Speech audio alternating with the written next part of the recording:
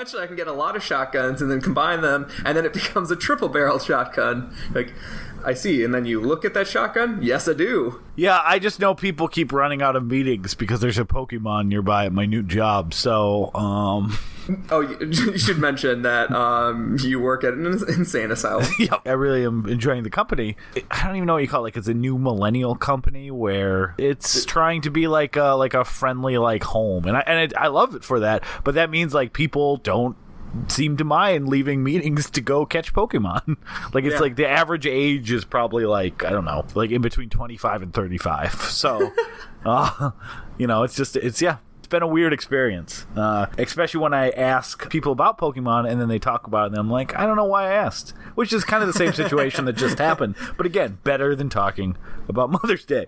All right. Like, I don't know why I asked is like 70% of the conversations I have. Yes, it's a good point. If we're in a bar and we're just like talking, or like we're at like a company party or something like that, and I'm talking to somebody who doesn't work at the company, if I ask you what your job is, I immediately regret asking that question the moment it comes out of my mouth. I don't care, and you don't care to answer. This weird bartering system where like small talk is so uncomfortable for me. I can do it, but it's just like, yeah, we're just gonna sit here and exchange useless information that I'm gonna forget immediately. I hope that I remember your name when I walk to the other side of the room. We just met. I really don't care what you do. Yeah, there's that weird like chicken standoff where it's when they ask what do you do, and then they have a job title, and like both parties are like, can this be done? And then someone's like, all right, I'm gonna play a little bit of ask what your job is chicken, and goes, so like, what does that mean? Anytime, unless you have like a job that's like easily picked in like the game of life, like doctor, lawyer, veterinarian, trying to explain what you do in just the nebulous realm of business is like, I have so much.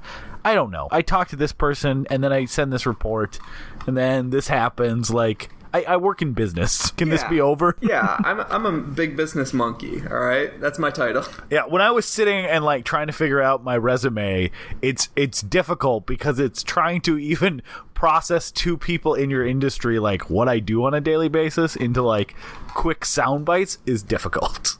Yeah, it's interesting because you like try to make your job sound interesting to somebody that you just met and you don't know anything about. And you're like, wait, am I now trying to like impress you that what I do during the day matters? Like, all you really care about is, can we have a comfortable conversation about something that we both like? It's something that I've recognized is probably a character flaw, but I don't care anymore. Like, I used to be anxious about it, now I don't care. Is that I hate small talk, and I will be just having like conversations about, I don't know, God or fucking like the state of the country within like 2 minutes of talking to somebody, and I'm like, you're either on board or I notice that you're uncomfortable, and then I reel it back.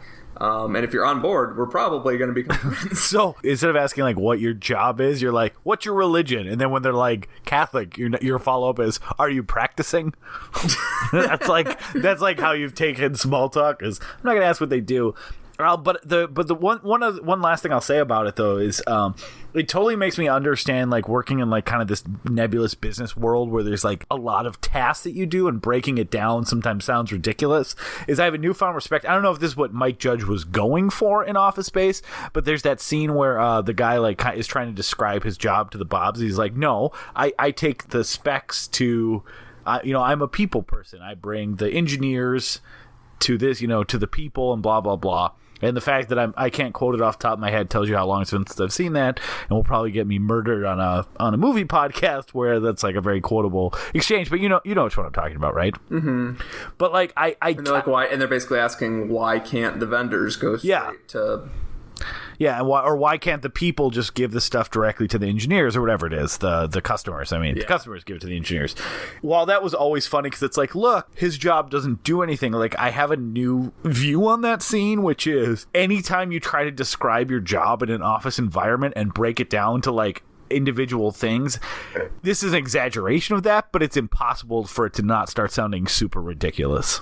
Yeah, unless you physically like make something, and even then it can often sound ridiculous. The fact that there are teams and teams of people in my company that code every single aspect of an email is probably like confusing as shit to people. My point was, even people that bust their fucking ass. That's fine. This is not supposed to be the most interesting conversations we could have. Yeah, I read that Mike Judge scene two ways now. I think you got a point. Yeah, all right.